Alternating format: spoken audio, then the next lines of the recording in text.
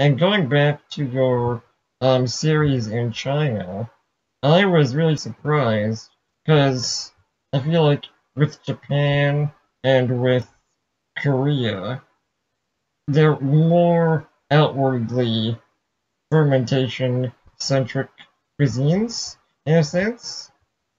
And obviously, China has a lot of fermented foods like the doubanjian that are more widely known. But, given that I think in North America, China is not as fermentation focused of a cuisine as, say, Korean cuisine is. When you were there, was it a surprise how often fermentation Well, came up? you see, I would say I didn't share that impression. I mean, think of soy sauce. Soy sauce is fermented. Think of like Mm-hmm. the little what they call black beans. In every Chinese restaurant I've ever been in, you could order like broccoli with black bean sauce. The black beans are little fermented soybeans. So Mm-hmm. I was already aware of that. Um, Mm-hmm. and the other thing that specifically got me very interested in the fermentation traditions of China is that every historical reference that I've ever seen to the history of sauerkraut says that the idea of sauerkraut came from China, that the nomadic people of Central Asia encountered preserved cabbage, fermented cabbage in China, and then they spread the idea westward into Europe. And so, really, like sauerkraut comes from China. But although, I had occasion to eat lots of kimchi and learn about the Korean traditions of vegetable fermentation, and eat lots of tsukemono and learn about the Japanese traditions of vegetable fermentation. I really wasn't finding a lot of information in English or in the US about Chinese vegetable fermentation, but I knew it would be there. And when I went there, I was just totally blown away by, I mean, how many families are doing it themselves, the diversity of styles that you see in markets, but there's nearly infinite variation in how people are fermenting vegetables in China, and it's very, very common and very, very widespread. And to me, anyways, maybe I'm making connections that aren't there. I think more people are familiar with like double and stuff, but when you see the production process and when you see certain types of fermentation, I almost envision a kind of family tree with fermentation. I'm like, oh, double is very similar to miso, and it's also similar to Korean gochujang. So it's like I almost feel like there are certain Chinese fermentation styles that can almost be seen as very clear sort of ancestors to some of the other Asian Yeah, products. no, I would absolutely agree. I mean, I'm, I get, and I'm not absolutely sure, that all the influence is in one direction from China to other parts Mm-hmm. of Asia, but certainly, I mean, Oh everywhere yeah. in relation to fermentation, you can see these really active cross-cultural fertilization processes where, whether it's travelers, sort of witness something and then sort of try to recreate it, or at least what they ate influences their practices at home. So I mean, everywhere Mm-hmm. you see sort of these sort of repeated patterns of fermentation. This is kind of maybe a boring technical question, and I'm not sure if you asked, but with Dobanjan and the fermented bean component, is that Aspergillus orthoi or a similar fungus, or do you Well, not know?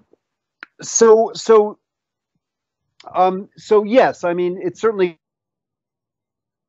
Aspergillus fungus is part of it. And just for any of your listeners who don't know these words that we're using, let me just say that doubanjiang is a Chinese fermented paste of broad beans like fava beans and chili peppers. Mm-hmm. And it's this Mm-hmm. beautiful, salty, sour, spicy, paste that's used in a lot of the, like, especially Szechuan cooking. And I've been loving using it. Um, uh, and when we went to the a facility where it's made, by the way, I have a small crock, about a gallon size batch that I'm making of it right now. Um, just trying to basically piecing together how to do it on a small scale from what we saw at the giant factory production facility. But the one part of the production we did not get to see is growing the fungus on the beans, although they didn't use a starter. Um, but I mean, I know from my reading that all those kinds of sort of Asian fungal starters involve Aspergillus molds, although not necessarily exclusively Aspergillus molds. So, I mean, it's basically only with Pasteur's work in the late 19th century that sort of we developed the methodologies to isolate singular organisms. So, like, nowadays you could look on the internet, you could buy koji starter. That would be spores of Aspergillus oryzae that you could grow on different kinds of grains or beans. The idea that you could get spores of just a singular organism is really a 20th century idea. And prior to that, all fermentation everywhere, and even today, most fermentation processes in most places involve broader communities of organisms rather than pure isolated cultures. So in a lot of the commercial Japanese production these days, they're using pure cultures. But in China, even in this giant factory, they were not using starter cultures. And so they just had a room where they grow the fungus. And of course, when you have a space that you use repeatedly to grow the same organisms, they will come to dominate that environment. So when I tried making my doubanjiang, I flash cooked my fava beans. I peeled the skins off of them, sprinkled them with a little bit of wheat flour, and then I just put them in my little incubation chamber that I make koji in all the time, which is the Japanese starter for making miso and sake that's made using a pure culture starter. So I just put it in the same environment. I didn't introduce the starter, but just by virtue of it being in that environment, the same fungus.